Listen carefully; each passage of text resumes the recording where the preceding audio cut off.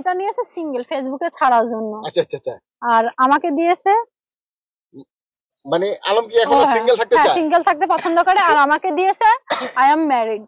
আচ্ছা আচ্ছা আচ্ছা। ওইগুলা চাই। পুরো পৃথিবীর মানুষই তো জানে। আর দেখেন ওখানে আরেকটা পুরুষও গেছিল, আমি এই ছবিটা তুলে রাখছিলাম, সে লেখছে আই এম মানে 100% ম্যারিড।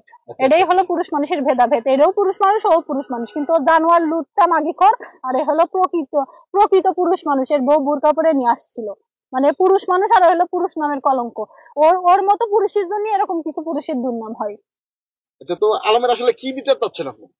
আমি বিচার চাচ্ছি আমার নিয়ে সংসার করুক, আর আমি ছাড়া ওর সাথে কেউ সংসার করতে পারবে না, আমি ওর টাইট করে সংসার করতে পারবো। লুচ্চামি গুলো আমি ওর ধরে ফেলি, বুঝেছেন? আর কেউ ধরতে পারবে না।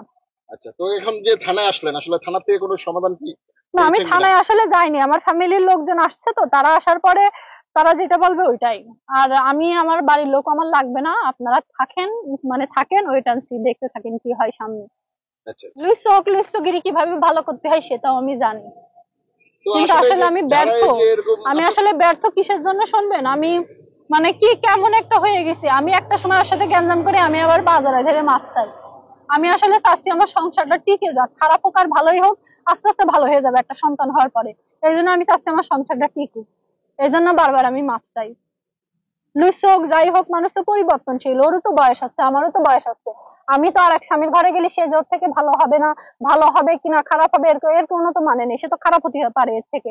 এই জন্য আমি চাচ্ছি ওরই ভালো করে নিয়ে সংসার করতে। আসলে আমি ওকে টিকটকে SMS দিছিলাম, ওর কিছু প্রথম যে কথাগুলো অনেক ভালো লাগছিল, নামাজের ভিডিও টিডিও দেখে আমি ওরে SMS দিছিলাম, কিন্তু কোনো রিপ্লাই দিইনি।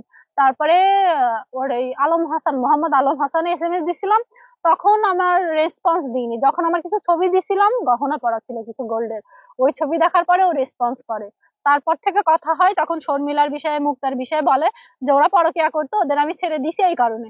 বাট আমি জানি না যে আসলে আমার ব্যাংকে টাকা আছে, সোনাদানা আছে, এই লোভে আমার বিয়ে করছে, এটা আমি জানতাম না।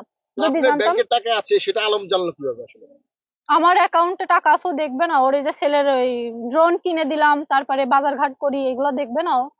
আচ্ছা, এটা তো বিয়ের পরে দেখলো। হ্যাঁ, তো আগে আসলে বিয়ের আগে ফুড পান্ডা সব জায়গায় কেনাকাটা করতাম, ওরও মার্কেট করে দিছি, ওইটা দেখছে। আচ্ছা, এরকম কত কত জায়গায় গিয়েছিলেন তার সাথে?